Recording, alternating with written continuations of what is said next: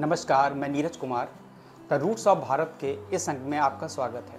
आज हमारा विषय है पेरेंटिंग, परवरिश या तरबियत जिसको कह सकते हैं। हम आज जब किसी भी समारोह या फंक्शन में जाते हैं तो आज भी हमारे डिस्कशन का विषय होता है हमारे बच्चे या किसी और के बच्चे। तो लोग वहाँ पे यही तो पूछते हैं कि और बताइए आपका बच्चा क्या कर रहा है। वैसे तो लोग एक दूसरे के बच्चे के बारे में पूछते हैं, साथ में ये भी पूछते हैं कि और आजकल कर क्या रहा है, कैसी नौकरी कर रहा है। तो भाई पढ़ाई और नौकरी की बात तो सभी करते हैं, मगर बच्चा बड़ा संस्कारी है, जहाँ भी मिलता है बड़ा सम्मान करता है। आपकी बेटी तो बहुत संस्कारी है और इतनी रिस्पॉन्सिबिलिटीज़ है, सारे घर को संभालती है, नौकरी के साथ साथ घर को भी पूरा ध्यान रखती है। तो कोई कहता है आपका बेटा बहुत अच्छा है, अपने माँ बाप का कितना ख्याल रखता है। तो ये सब सुनना किसको अच्छा नहीं लगता, मगर ये सब सुनने और सम्मान पाने के लिए जो मेहनत पेरेंट्स को करनी होती है या आगे भी करनी पड़ेगी, उसके बारे में हम बात करेंगे।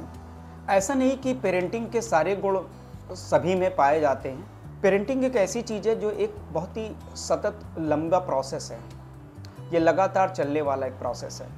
मगर आपके सामने मैं ये विषय रखकर आपके व्यू जानना चाहता हूँ कि आप कमेंट बॉक्स में अपने व्यू दें, जिससे मैं जब अगली बार पेरेंटिंग पे कोई वीडियो बनाऊँ तो उन व्यूज़ को शामिल कर सकूँ। जिस तरह से हार्ट स्पेशलिस्ट भी हार्ट का पेशेंट हो सकता है और उसे तरह तरह के प्रिकॉशन लेने पड़ते हैं, उसी तरह पेरेंटिंग, चूँकि आपका बच्चा है तो आप उसके स्पेशलिस्ट ही माने जाएंगे कि अपने बच्चे की पेरेंटिंग के स्पेशलिस्ट आप हैं। इसलिए आपको भी ये ध्यान रखना पड़ेगा कि किस तरह से हम अपने बच्चे की पेरेंटिंग करें। अच्छा, जो आज स्वभाव या व्यवहार आपका है और जिस पे आप सीना तान के और फ़क्र के साथ समाज में चलते हैं, तो ये आपके जो पेरेंट्स हैं या मेरे जो पेरेंट्स हैं, ये इसमें उनका योगदान है। तो क्यों न पेरेंटिंग हम उन्हीं आधारों पे करें जिन आधार पे हमारी पेरेंटिंग हुई है। और ये हमारे माता पिता की अच्छी परवरिश का नतीजा है कि आज हम लोग सम्मान के साथ समाज में जी रहे हैं। तो समय के साथ साथ समाज में जो परिवेश बदलता है या जो घटना चक्र बदलता है, उसका असर हमारे ऊपर और हमारे बच्चों पे भी पड़ता है। तो सोशल मीडिया, फ़ोन के माध्यम से जिस तरह से आपके घरों में पहुंची है, ऐसे में हम सब लोग इससे परे नहीं रह पाते हैं, हम इससे प्रभावित भी होते हैं। तो आइए हम इस पे बात करते हैं कि आखिर पेरेंटिंग सीरियसली नहीं कर रहे हैं, अगर हम पेरेंटिंग के ऊपर ध्यान नहीं दे रहे हैं, परवरिश को स्पेशली हम एड्रेस नहीं कर रहे हैं, तो इसकी प्रॉब्लम्स क्या हो सकती हैं, इसके परिणाम क्या हो सकते हैं, फिर इसके सिम्टम्स क्या हैं, उस पर भी थोड़ी बात हम करेंगे। सिम्टम्स की बात तो इस समय सोशल मीडिया पे बहुत हो रही है, तो सिम्टम्स तो अब हम लोगों को पता है। मेरा ये भी मानना है कि सभी पेरेंट्स जानकार भी हैं, उन्हें हर तरह की नॉलेज भी है, सोर्स ऑफ इंफॉर्मेशन बहुत ज़्यादा है। बट एक लाइन मैं यहाँ पे जोड़ दे के कहूँगा, नॉलेज इज़ विजडम पूरी तरह से सही नहीं है, execution of knowledge is wisdom. यानी जो नॉलेज आपको है उसका एग्जीक्यूशन जब तक आप नहीं करते तब तक वो विजडम नहीं कहलाता। तो किसी भी बच्चे के जीवन में उसने अचीव क्या किया, इस बारे में बात तो 2-3 बार होती है, आप ज़्यादा से ज़्यादा 1-2 साल बात करेंगे। रोज़मर्रा के जीवन में आपके बच्चे का व्यवहार या एक्शन क्या है, इसकी चर्चा रोज़ होती है। पूर्व में अगर हम आज से 20 साल 25 साल पहले या उसके पहले भी जाएं, तो हम लोगों को ये देखने को मिलता है कि बड़े परिवार हुआ करते थे। तो बड़े परिवारों में कुछ चीज़ें ऐसी थीं जिसको अलग से बैठा के सिखाना नहीं पड़ता था, जैसे कि बड़ों के मिलने पे उनको प्रणाम करना या उनको नमस्कार करना या उनका पैर छूना, किसी के बीमार पड़ने पे सभी लोगों का परेशान होना, किसी के घर में कोई समस्या आने पे सभी का मिलके एक साथ खड़े हो जाना, एक के खुश होने पे पूरे परिवार को खुश हो जाना। तो ये सारी चीज़ें सहजता के साथ बच्चे के जीवन में आती थीं। उसके लिए उसको अलग से कोई क्लासेस लेने की ज़रूरत नहीं, ना उसे मीडिया देखने की ज़रूरत होती थी। तो बहुत सारे रिसर्च, भारत में तो रिसर्च वैसे भी कम होती है, चाहे वो किसी फील्ड में हो। रिसर्च की महत्ता को भारत में भी इतना महत्व नहीं दिया जा रहा है।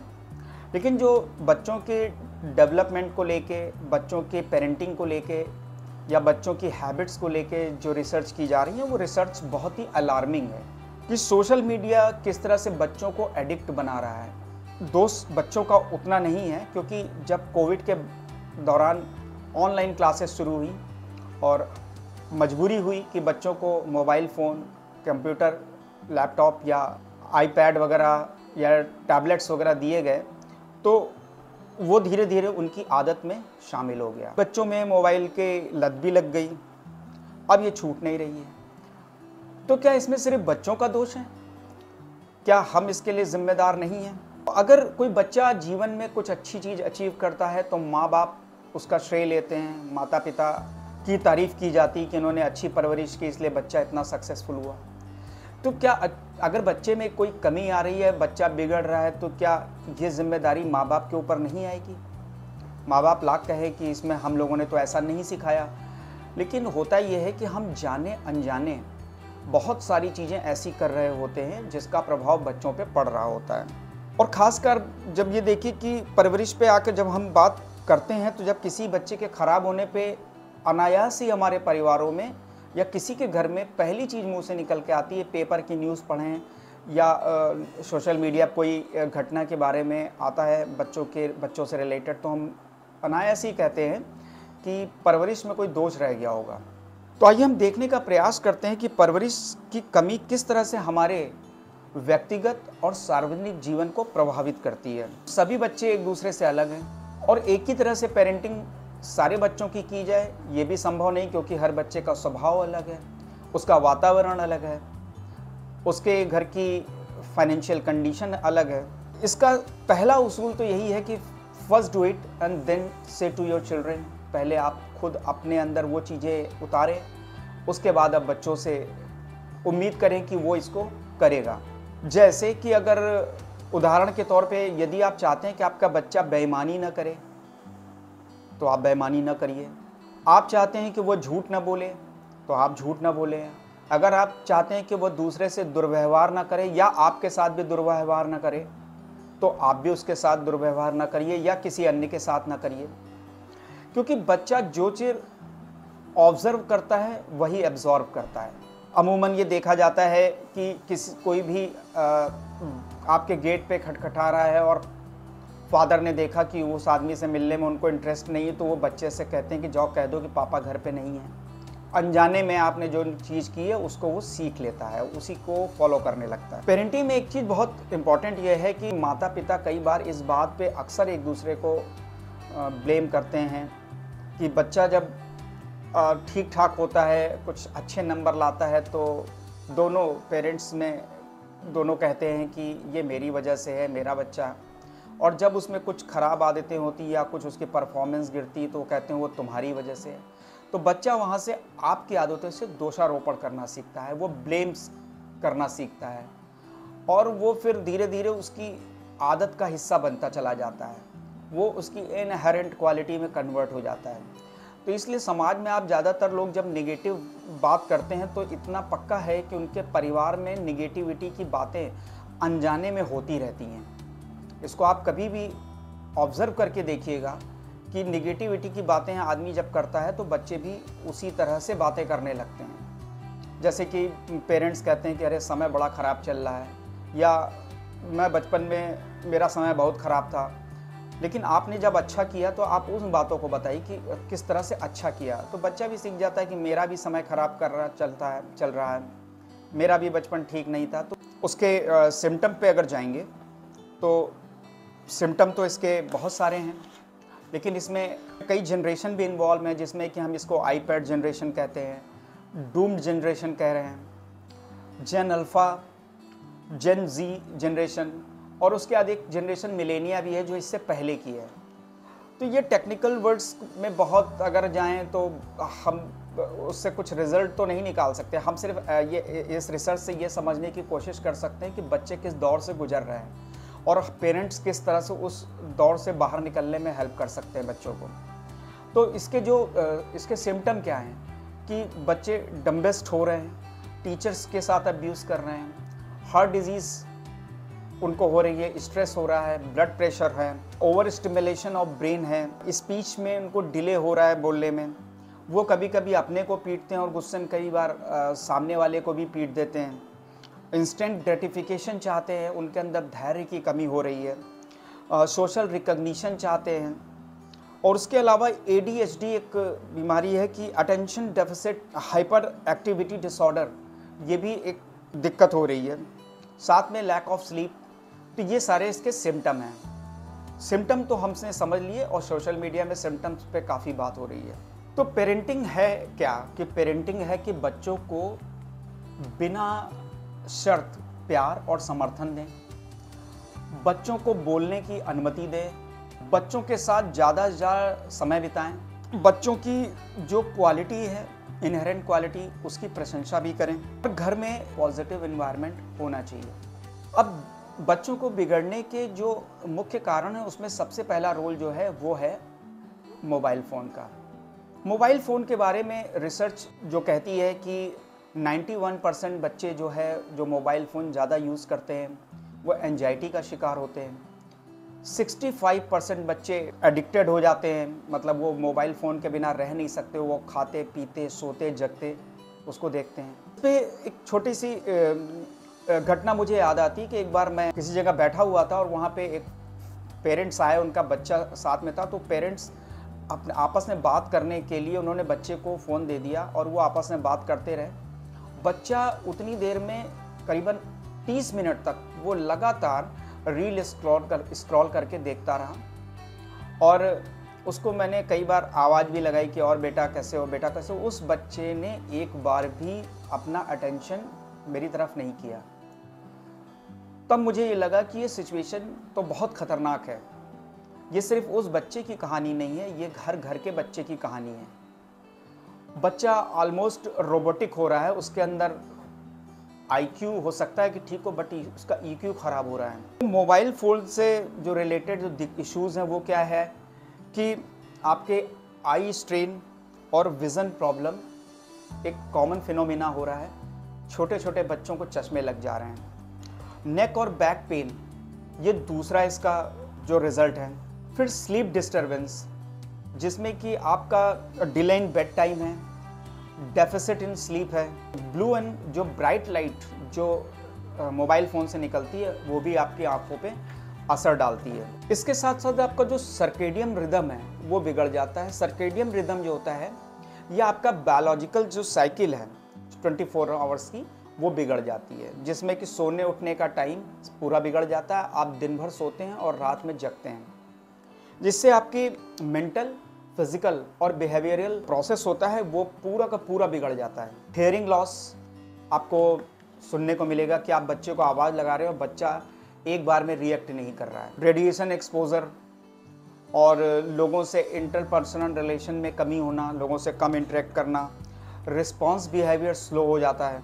और जब हम कई बार देखते हैं कि किसी घर हम मिलने जाते हैं, कोई मिलने आता है, तो ज़्यादातर पेरेंट्स तो नहीं लेकिन काफ़ी पेरेंट्स ऐसा कर रहे हैं कि वो मोबाइल फ़ोन पे लोगों से मोबाइल पे बातें करते रहते हैं। यानी कि आपके यहाँ अगर वो 1 घंटे का समय दे रहे हैं तो वो 40-45 मिनट लोगों से मोबाइल पे बातें करते हैं और आपसे बातें कम करते हैं। तो ये जो पास में बैठे लोगों को अवॉइड करना और दूर के बैठे लोगों के साथ प्रेम करना, ये एक इसका कारण है। जैसे कि आजकल कोई मदर्स डे आता है, फादर्स डे आता है, मीडिया के थ्रू बच्चे बताते हैं कि मैं अपने माँ से कितना प्यार करता हूँ या करती हूँ, मैं अपने पिता से कितना प्यार करता हूँ या करती हूँ।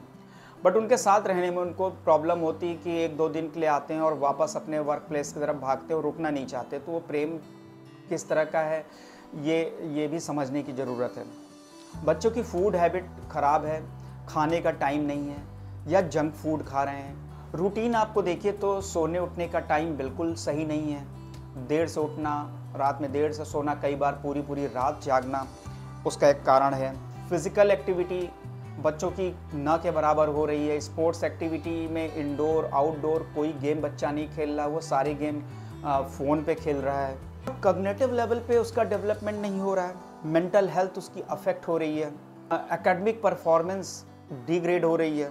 बच्चे में क्रिटिकल थिंकिंग की कमी हो रही है। जो सबसे इम्पॉर्टेंट पार्ट ऑफ लाइफ ये है कि बच्चा जो क्रिटिकल थिंकिंग करता है वो उसकी जो पहले होती थी कि बच्चे जो गांव से निकलते थे या छोटे शहरों से होके आते थे, तो वो अलग अलग सिचुएशन में जब बढ़ रहे होते थे तो उन सिचुएशंस की वजह से वो डिसीजन मेकिंग उनकी अच्छी होती थी, क्रिटिकल थिंकिंग के थ्रू आती है।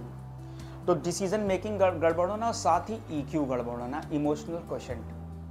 अच्छा, कुछ देशों की सरकारों ने अपने स्तर पे कुछ प्रिकॉशंस या मेजर्स लेने शुरू किए।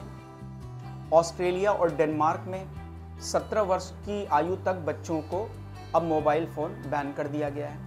यूरोप के कुछ देश जिसमें नीदरलैंड, फ्रांस, अमेरिका के कुछ फेडरल स्टेट्स जिसमें कि ओहियो, इंडियाना, फ्लोरिडा, इन देशों में 12 तक के बच्चों को मोबाइल फ़ोन देना अवॉइड किया जा रहा है। हमारे देश में अभी इस चीज़ पे बात उतनी नहीं हो रही है। शायद हमारे यहाँ अभी चूँकि ऐसी स्थिति है कि अभी भी बहुत से लोग बड़े परिवारों में बड़े हो रहे हैं, इसलिए लार्ज स्केल पे ये चीज़ें दिख नहीं रही, लेकिन अल्टीमेटली जिस तरह से ये यूरोप में फैली है उस तरह से ये यहाँ पे भी दिखनी शुरू हो जाएगी। हमें इसके लिए कुछ डोंट्स एंड डूज का ध्यान रखना पड़ेगा। हम अगर डोंट्स पे बात करेंगे तो कुछ चीज़ें ऐसी हैं कि जिन्हें हमें नहीं करना है तो नहीं करना है। बच्चे के साथ उसका टेंट्रम अलाउ मत करिए, यानी कि बच्चे के जो नखरे हैं उनको बिल्कुल अलाउ मत करिए। बच्चा चाहे आपका 4 साल 5 साल का हो या 15 साल से 20 साल का हो, किसी भी जिद को मानने से अगर उसका नुकसान होता है तो वो बिल्कुल ना करें। खासकर बच्चों के खाने की जो हैबिट है उसमें न्यूट्रिशन वैल्यू की अच्छी चीज़ें अगर वो खाने से मना करता है तो उसको ज़बरदस्ती खिलाएं। फास्ट फूड, जंक फूड को अवॉइड करें ज़्यादा से ज़्यादा। मैं ये तो नहीं कह सकता कि बिल्कुल वो आप खिलाना छोड़ देंगे, लेकिन उसके टाइम स्पैन उसका लंबा होना चाहिए कि जब वो एक बार खाए तो उसके बाद वो कितने समय बाद खाए, इसको ध्यान देना है। मोबाइल फ़ोन का जो यूज़ है वो आपको रिस्ट्रिक्ट करना पड़ेगा। बच्चों के साथ इसका डिस्कशन करिए, उसके कॉन्सिक्वेंसेस जो मीडिया पे उसके जो आ रहे हैं उसमें जो अलार्मिंग सिचुएशन है उसके बारे में बच्चों को खुल के बताएं कि आने वाले समय में वो उनके मेंटल हेल्थ को, उसके फिजिकल हेल्थ को किस तरह से प्रभावित करेगा। एक चीज़ बहुत कॉमन आजकल हो रही जो नहीं करनी चाहिए वो है बच्चों के बर्थडे पे लिकर का यूज़। क्योंकि बच्चों के बर्थडे पे जो फादर होते हैं वो इतने खुश हो जाते हैं कि बस लगता है कि बस आज के बाद इस बच्चे का बर्थडे तो अगले साल जैसे आएगा नहीं या पिछले साल भी आया नहीं था। एक बड़ी दुखद घटना गुड़गांव में घटी थी कि एक गाड़ी में 4 बच्चे जा रहे थे, उन्होंने किसी को टक्कर मारी और उस आदमी की डेथ हो गई। पुलिस ने बच्चों को पकड़ा, उनका मेडिकल चेकअप कराया तो सभी बच्चों ने लिकर का सेवन किया हुआ था। बच्चे 18 साल से नीचे थे, उनके पास अपना ड्राइविंग लाइसेंस नहीं था। पेरेंट्स को बुलाया गया तो पेरेंट्स में फादर ने कहा कि बच्चे का बर्थडे था इसलिए मैंने लिकर मतलब उसको पीने के लिए अलाउ किया था। अब ये बताइए कि इस तरह के पेरेंट्स का क्या किया जाए। ये खुद तो मानसिक रोगी हैं और समाज में रोग और फैला रहे हैं बच्चे के थ्रू। क्या ये वो पेरेंट्स तो नहीं है जिन्होंने पैसा गलत तरीके से कमाया कि हुआ है और बच्चे को गलत चीज़ें सिखा रहे हैं, और जब गलत बच्चा करता है तो उसके लिए, उसके प्रोटेक्शन के लिए लड़ने भी पहुंचते हैं, इवन थाने तक पहुंच जाते हैं लड़ने के लिए। बहुत सी ऐसी घटनाएं हैं। कुछ मेरे मित्रों ने अपनी सोसाइटी के बारे में बताया कि उनके सोसाइटी में किस तरह से बच्चे ड्राइविंग 2 व्हीलर्स की करते हैं और उसमें खतरा रहता है कि वहाँ और जो बच्चे खेल रहे हैं वो घायल हो सकते हैं। उनको अगर रोको तो उनके माता पिता आके लड़ने लगते हैं। तो इन माता पिता का क्या इलाज है? सरकार को निश्चित रूप से ऐसे केसेस के लिए कानून बनाना चाहिए कि अगर 18 साल से कम बच्चे के हाथ में गाड़ी पाई जाती है तो उनके माता पिता को कुछ तो पनिशमेंट करना ही चाहिए। उनको सोशल बायकॉट करने का पनिशमेंट जो भी करना हो गवर्नमेंट करे। उनको उस सोसाइटी में एक ऑर्डर निकाल देना चाहिए कि सोसाइटी में अगले 2 महीने तक इनकी फैमिलीज कोई बात नहीं करेगा। कुछ तो पनिशमेंट होना चाहिए। फिर ओवर पेरेंटिंग आती है बात की ओवर पेरेंटिंग मत करिए। बच्चे के सारे कामों को आप करने के प्रयास मत करिए कि वो बच्चा नहीं कर पाएगा, वो परेशान हो जाएगा, ये मत करिए। बच्चे को सीखने दीजिए। बच्चा जीवन में खुद संघर्ष करके जितना अच्छे से सीखता है, पेरेंट्स को चाहिए कि वो उंगली पकड़ के चलना सिखाएं। उसको सड़क पार करना खुद सीखना होगा। तो ओवर पेरेंटिंग से बचें। फिर आता है कि सही उम्र जब तक नहीं आ जाती, आपको जब तक लगता नहीं कि बच्चे की सही उम्र है, ये आपको डिसाइड अपने बच्चे के हिसाब से करना पड़ेगा कि उसको मोबाइल फ़ोन देना है या नहीं देना है। अगर आपको लगता है कि आपका बच्चा समझदार है, 17 साल की उम्र में वो समझदार है, 16 साल की उम्र में समझदार है, तो आप दे दीजिए। अगर वो लगता है समझदार नहीं, तो थोड़ा वेट कर सकते हैं। ओवर फंडिंग ना करें, बच्चों की अनड्यू डिमांड को पूरा करने के लिए पैसा ना दें। अभी सोशल मीडिया पे एक खबर आई कि एक बच्चे ने आईफोन के लिए घर में खाना पीना छोड़ दिया, जीवन मरण का उसने प्रश्न बना लिया। उसकी माँ किसी तरह से घरों में काम कर करके अपना घर का खर्च चला रही थी और उस बच्चे की जिद की वजह से उसने किसी तरह से पैसे का इंतज़ाम किया और उसके लिए आईफोन ख़रीदा। ये घटना बहुत ज़्यादा सुर्खियों में रही। फिर जिस समय लंच और डिनर कर रहे हो, बच्चे साथ में बैठे हों, तो कृपया मोबाइल फ़ोन का यूज़ ना करें, आप स्वयं ना करें, जिससे बच्चा भी ना करे। बच्चे के लिए सिंगल वॉइस होनी चाहिए, बेटे बेटी में कोई फ़र्क ना करें। जो काम बेटा कर सकता है वो बेटी से कराएं, जो बेटी कर सकती है उसको बेटे से कराएं। बाहर का सामान घर के लाने के लिए ये नहीं कि बेटा ही जाएगा, वो बेटी भी ला सकती है। घर में अगर चाय बनानी है, कोई रिलेशन में कोई मेहमान आ गया, तो वो बेटा भी कर सकता है। तो सिंगल वॉइस होनी चाहिए यहाँ पे। अपने काम की जिम्मेदारी आप अपनी पत्नी पे और पत्नी अपने काम की जिम्मेदारी अपनी पति पर न डालें, खासकर जो बच्चों से रिलेटेड है। तो अपनी रिस्पॉन्सिबिलिटी को ट्रांसफ़र करने की कोशिश ना करें। इससे बच्चा ये सीखेगा कि अपनी जिम्मेदारी को दूसरों पर लादने की कोशिश करेगा।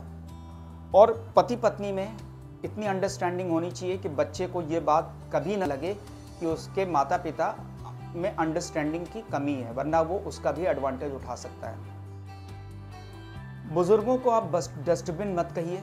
बड़े शहरों में अब बुजुर्गों के लिए डस्टबिन वर्ड यूज़ हो रहा है। अगर ऐसा होगा तो एक दिन आप भी डस्टबिन बनेंगे अपने बच्चे के लिए। तो क्या नहीं करना, ये तो हमने बात कर ली। अब क्या क्या करना चाहिए, हम सभी लोग इस पे अवेयर हैं कि क्या करना चाहिए और क्या नहीं करना चाहिए। फिर भी एक बार हम लोग डिस्कस करते हैं तो ये चीज़ें रिमाइंड हो जाती हैं। कई बार आपस में बातचीत करने से कुछ ऐसी नई चीज़ें निकलती हैं जो लोगों को अपने बच्चों पे अप्लाई करना आसान होता है। कि बच्चों के साथ एम्पैथी शो करें, बच्चों के एफर्ट्स प्रोग्रेस को सराहें और बच्चों को प्यार और समर्थन दें। बच्चों का जो वास्तविक रूप है उसको स्वीकारें। बच्चे को अपने हिसाब से बदलने का प्रयास न करें, क्योंकि बच्चा अगर मान लीजिए वो 7-8 साल का है और आपकी उम्र 30 से 35 साल के बीच की है, आप सोच रहे हैं कि बच्चे को आप अपने बौद्धिक स्तर पे समझाएंगे, तो वो संभव नहीं। आपको बच्चे को 7 और 8 साल की उम्र में जाके समझाना होगा। तारे ज़मीं फिल्म अगर आप देखेंगे तो उसमें जो बच्चा होता है वो एक पर्टिकुलर बीमारी से ग्रसित है, लेकिन माँ बाप को ये लग रहा है कि बच्चा पढ़ना ही नहीं चाहता है। वही चीज़ स्कूल में है। वो स्कूल में जाता है तो उसके टीचर्स उसकी बात को समझ नहीं पा रहे हैं।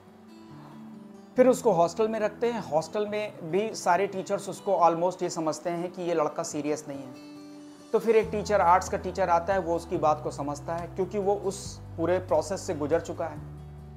इसलिए बच्चे जिस तरह का है उसको उसी तरह स्वीकारें और उसी आधार पे आप ये डिसाइड करें कि आपको अपने बच्चे को किस तरह से पालना पोसना है, किस तरह से उसकी परवरिश करनी है।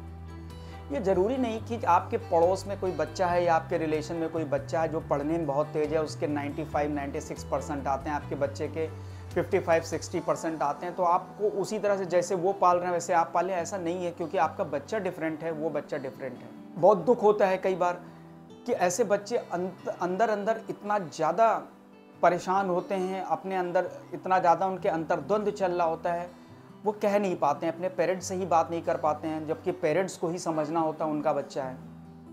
लेकिन उसके लिए इसीलिए ये बात कर रहा हूँ कि शायद इस बात का असर कुछ पेरेंट्स पे ये पड़े कि वो ये समझने की कोशिश करें कि उनको बच्चे को सुनना चाहिए सही से। सुनने से मैं अगली बात ये कहूँगा कि बच्चों की बातों को सुने अवश्य, कि बच्चे के मन में चल क्या रहा है, उसके अंदर जितनी कुछ भी चीज़ें हैं वो सारी चीज़ें निकल के बाहर आने दीजिए। कई बार बच्चा यंग एज में, छोटी एज में बुलिंग का शिकार होता है। वो कहता भी, बच्चे मुझे स्कूल में परेशान करते हैं। आप कहते हैं अरे नहीं होता है, बट आप उसकी पूरी बात को सुनिए, उसको कहिए कि नहीं ठीक है हम बात करेंगे। और उसकी पूरी बात को सुनिए, उसकी बात को पूरे मन से बाहर निकलने दीजिए। आपसी बातचीत करिए, क्योंकि अगर आप आपसी बातचीत नहीं कर रहे हैं और बच्चा स्कूल में जो चीज़ें फेस कर रहा है वो आपको बता नहीं पा रहा है, तो बड़ा होते होते उसके अंदर वो उसके व्यक्तित्व में एक ऐसी इन्फीरियॉरिटी कॉम्प्लेक्स से वो ग्रसित हो जाएगा कि उसका परिणामतः बहुत बार ये देखा जा रहा है कि बच्चे सुसाइड कर ले रहे हैं। माँ बाप उनकी बात को सुनने को तैयार नहीं है और कॉलेज मैनेजमेंट उनके साथ अति कर रहा है या टीचर्स उनके साथ अति कर रहे हैं। तो 3 इडियट्स फिल्म अगर आप देखेंगे तो उसमें आप देखिए कि एक साथ 3 स्टोरीज चल रही हैं, तीनों के सोचने के तरीके अलग हैं और एक के पेरेंट्स नहीं है लेकिन वो पढ़ना चाहता है, एक फोटोग्राफी करना चाहता है, एक को इंजीनियरिंग इसलिए कराई जा रही है कि वो अपने घर को संभालेगा। मेरा ये कहना है कि कोई भी बच्चा अपनी जिम्मेदारी से कभी पीछे नहीं हटता, लेकिन जब वो प्रेशर में कोई काम कर रहा होता है तो वो मेंटली धीरे धीरे सिक होता चला जाता है। तो उसको अपने मन का काम करने दीजिए, जिम्मेदारी वो तब भी निभाएगा। ऐसा नहीं होता है कि आपके हिसाब से अगर वो बड़ा नहीं होगा तो वो जिम्मेदारी नहीं निभाएगा, ऐसा होता नहीं है। तो बच्चों में इसके बाद है कि अनुशासन सिखाने का प्रयास कीजिए, जिसमें वक्त लगता है। आप अनुशासित हो जाइए, उसको अनुशासन धीरे धीरे खुद ही आएगा। उदाहरण द्वारा बच्चों को समझाइए, बच्चों के साथ टाइम स्पेंड करिए, बच्चों का आत्मविश्वास बढ़ाइए, बच्चों की जो अच्छी आदतें हैं उनको नोटिस करिए और उसकी प्रशंसा भी करिए। लेकिन प्रशंसा में अति प्रशंसा नहीं होनी चाहिए कि जो क्वालिटी उसकी बहुत कम है उसको ज़बरदस्ती हम प्रशंसा कर दें कि वो भी झाड़ पे चढ़ जाए। बच्चों को रोल मॉडल रियल आइकन होने चाहिए, ना कि रील आइकन। यानी कि फिल्मों के जो हीरो हीरोइन हैं इनको आप उनका आइकन मत बनने दीजिए। आप पुराने ऐतिहासिक जो हीरोज़ हैं उनकी बात तो करिए ही, लेकिन आज हमारे बीच में जो बड़े बड़े बिजनेसमैन हैं जिन्होंने बहुत अच्छी मेहनत करके अपने को इस्टेब्लिश किया, सक्सेसफुल पर्सनालिटी हैं, तो उनकी जीवनी को आप बताइए, उनके बारे में डिस्कस कीजिए। बच्चे आज के एग्जाम्पल से ज़्यादा बेहतर समझेंगे कि आज किस तरह से लोग एंटरप्रेन्योर बन रहे हैं, किस तरह से स्टार्टअप कर रहे हैं। तो ये कहानियाँ उनके जीवन को आगे आने वाले समय में लाभ पहुँचाएंगी, फ़ायदा पहुँचाएंगी। जो चीज़ आप अपने बच्चों में देखना चाहते हैं उसको स्वयं करें, उसके साथ उस काम पे मेहनत करें। समय का सदुपयोग करना बच्चों को सिखाइए। जैसे कि बच्चा सुबह उठता है तो उसको अपना बेड ठीक करना आना चाहिए, वो घर में चीज़ों को व्यवस्थित करे। गमले हैं आपके घर में, गार्डन है तो उसमें वो पानी डाले। इस तरह से वो समय का सदुपयोग करना सीखेगा, साथ ही उसकी फिजिकल एक्टिविटी भी उससे बेहतर होगी। बच्चों को प्यार करें तो उसको जाहिर भी करें।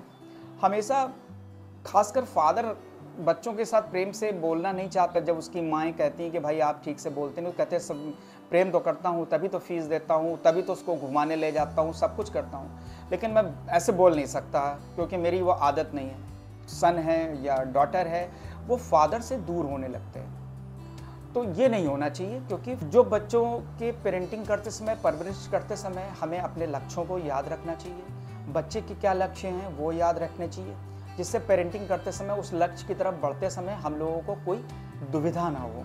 आपकी कम्युनिकेशन या आपका जो लैंग्वेज है वो बच्चों के साथ हमेशा अच्छा होना चाहिए, क्योंकि बच्चे जब बाहर जाएंगे किसी फ्रेंड्स के घर, किसी रिलेटिव्स के यहाँ या अपने कॉलोनी में, अपने आसपास के लोगों में, तो उसकी भाषा ये बताएगी कि आपके घर का माहौल क्या है, आप अपने बच्चों से किस तरह की भाषा में बात करते हैं। बच्चों के साथ आप हमेशा कंसिस्टेंट रहें।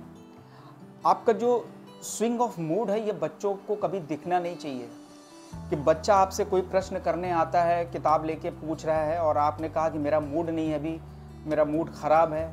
तो बच्चे कभी तो मूड ख़राब हो सकता है, तो किसी दिन आप उसके पास जाएं और वो पलट के कह दे कि अभी हम आपसे बात नहीं करेंगे, मेरा अभी मूड ठीक नहीं है। तो आप उस पर्टिकुलर पॉइंट को समझ रहे होंगे कि मैं कहना क्या चाह रहा हूँ। रिस्पॉन्सिबिलिटी उसको बताइए कि रिस्पॉन्सिबिलिटी की घर में जो छोटे छोटे फंक्शन में छोटी छोटी जिम्मेदारियाँ आप बच्चों को दें, और जब वो पूरी हो जाएं तो उनको कहें कि तुमने बहुत अच्छा काम किया। तो इससे बच्चे के अंदर इंडिपेंडेंस और रिस्पॉन्सिबिलिटी बियर करने की जो क्षमता है वो धीरे धीरे विकसित होनी शुरू होती है। अगर आप लोग दोनों मतलब पेरेंट वर्किंग हैं, तो आपका बच्चा अगर छोटा है तो घर में सीसीटीवी लगवाएं, क्योंकि अगर आपका बच्चे की देखभाल के लिए आपने किसी को घर में रखा हुआ है तो आपको पता होना चाहिए कि वो आपके बच्चे के साथ कोई मिसबिहेव तो नहीं कर रहा है। ये बहुत ज़रूरी है पेरेंटिंग में। दोनों पेरेंट वर्किंग हैं तो समय समय पे एक लंबा ब्रेक लें बच्चों के साथ रहने के लिए, जिससे बच्चों को ये ना लगे कि माता पिता तो अपने काम में बिज़ी हैं, वो कुछ ऐसे दोस्त ना ढूंढ लें जिससे कि उनके जीवन को नुकसान हो। हैबिट डालें कि वो किताबें पढ़ें, किताबों से सीखें। कोशिश करें कि वो ऑडियो मीडियम से चीज़ों को सुनने की कोशिश करें। मैंने बहुत बार ये ऑब्ज़र्व किया है कि जिस वक्त आप टीवी या फ़ोन देख रहे होते हैं तो आपकी आँखें और आपके कान पूरी तरह से फोकस्ड हो जाते हैं स्क्रीन पे। उस वक्त आपकी इमेजिनेशन पावर पूरी ख़त्म हो चुकी होती, क्योंकि ना तो आपका कान फ्री है ना आपकी आँख फ्री है। लेकिन जिस वक्त आप पढ़ रहे होते हैं और आपके कान कुछ नहीं सुन रहे हैं, तो उस वक्त आपकी इमेजिनेशन पावर बहुत ज़बरदस्त होती है। आप उस चीज़ को विजुलाइज़ कर रहे होते हैं, जिस कहानी को पढ़ रहे होते हैं उसको विजुलाइज़ करते हैं, और जिस समय कहानी सुन रहे होते हैं उस कहानी को भी आप विजुलाइज़ कर लेते हैं। लेकिन जिस वक्त आप टीवी देख रहे होते हैं आपकी विजुलाइजेशन पावर ऑलमोस्ट ख़त्म हो जाती है। ईश्वर का ग्रेटिट्यूड करें, ईश्वर को हमेशा धन्यवाद दें बच्चों के सामने। बच्चों को बताएं कि ये प्रकृति किन 5 तत्वों से मिलके बनी है और हमारा शरीर भी 5 तत्वों से मिलके बना है। जो पेरेंट्स हैं ये बायोलॉजिकल, ये सिर्फ संसार में उस बच्चे को लाए हैं, मगर अगर देखा जाए तो उस बच्चे के जो माता पिता हैं वो ये प्रकृति है, क्योंकि पंच तत्वों से इसका जन्म हुआ और पंच तत्व में ये विलीन हो जाएंगे। तो ये रिस्पॉन्सिबिलिटी भी उसको समझाएं कि ये इसके प्रति भी हमारी जिम्मेदारी है, वो इसके साथ ज़्यादा छेड़खानी न करे, कोशिश करे कि वो उनके साथ मिल के, प्रकृति के साथ मिल के चले। तो ये तो हमारा पूरा डिस्कशन हो गया कि हम पेरेंटिंग करते समय किन बातों को ना करें, किन बातों को करें।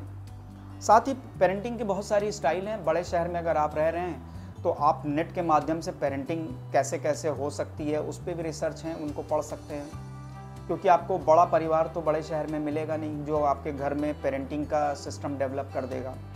तो जैसे अथॉरिटेटिव पेरेंटिंग होती है, अथॉरिटेरियन पेरेंटिंग है, परमिसिव पेरेंटिंग है, अनइन्वॉल्व पेरेंटिंग है, तो इसको आप पढ़ सकते हैं कि किस तरह से होती है। साथ ही मैं सजेस्ट ये करूँगा कि जिस वक्त आप लोग यूट्यूब पे चीज़ें देख रहे होते हैं तो थोड़ा सा उसका भी बाइफरकेशन करना शुरू करिए, कि उसमें भी फ़िल्टर लगाना शुरू करिए कि हम क्या चीज़ देखें कि जिससे बच्चे हमारे साथ बैठें और देखें। तो यूट्यूब पे बहुत अच्छे यूट्यूबर हैं जो बहुत अच्छी नॉलेज दे रहे हैं, जीवन को जीने के तरीके सिखा रहे हैं, और मैंने उनसे बहुत बेनिफिट खुद उठाया है, जिनमें संदीप माहेश्वरी हैं, सोनू शर्मा हैं, शिव खेड़ा हैं, ऋचा अनिरुद्ध हैं, न जाने कितने हैं जिनको देख के मैं खुद सीख रहा हूँ। और अगर आप देखेंगे तो उनसे आप बहुत कुछ अच्छा सीख पाएंगे कि आज की सोसाइटी में भी किस तरह से लोग काम कर रहे हैं। अंत में मैं फिर कहूँगा, इस विषय पे गंभीरता से सोचें कि आपके बच्चे की परवरिश आप कैसे कर रहे हैं, क्योंकि आपके बच्चे के बारे में आपसे ज़्यादा कोई नहीं जानता। इवन आप जिस काउंसलर के पास जाते हैं या किसी डॉक्टर के पास जाते हैं तो भी आपसे ज़्यादा वो नहीं जानता है, वो उतना ही जानेगा जितना कि बच्चा उस समय उनको बताएगा। तो मेरा कहना सिर्फ इतना है कि जितने गंभीर आप नौकरी के लिए हैं, अपने व्यवसाय के लिए, शादी ब्याह के लिए, बच्चे की एजुकेशन के लिए, उससे कहीं ज़्यादा सीरियस आपको बच्चे की परवरिश के लिए होना पड़ेगा। और यदि कॉम्प्रिहेंसिव तरीके से बच्चे की परवरिश आप करते हैं, यानी एक साथ टीवी का ध्यान रखना, क्या पढ़ रहा है वो ध्यान रखना, आपका व्यवहार कैसा है, आप उसके साथ कम्युनिकेट किस ढंग से कर रहे हैं, आप उसको किस चीज़ पे मोटिवेट कर रहे हैं, आपका बोलने का तरीका उसके साथ क्या है, ये सारी कम्प्रिहेंसिव तरीके से जब आप उससे बातें करेंगे तो आपके बच्चा आपको रेप्लिकेट करेगा। उसकी अपनी इनर क्वालिटी तो होगी, साथ में जो चीज़ें आपके अंदर अच्छी हैं वो धीरे धीरे अपने अंदर उतारेगा, और तब आप फ़ख्र से और सीना तान के कहेंगे कि ये मेरा बेटा है या बेटी है। समाज में जब लोग उनकी तारीफ़ करेंगे तब आपको लगेगा कि आपने उसकी परवरिश अच्छे से की। इसी के साथ मैं अपनी बात को यहीं समाप्त कर रहा हूँ और अपेक्षा करता हूँ कि आप इस पर विचार अवश्य करेंगे। प्लीज़ इसके साथ मैं ये भी रिक्वेस्ट करूँगा कि चैनल को सब्सक्राइब करें, कमेंट करें, लाइक करें, शेयर करें, जिससे मैं इस तरह के और वीडियोज़ बना सकूँ। नमस्कार, धन्यवाद।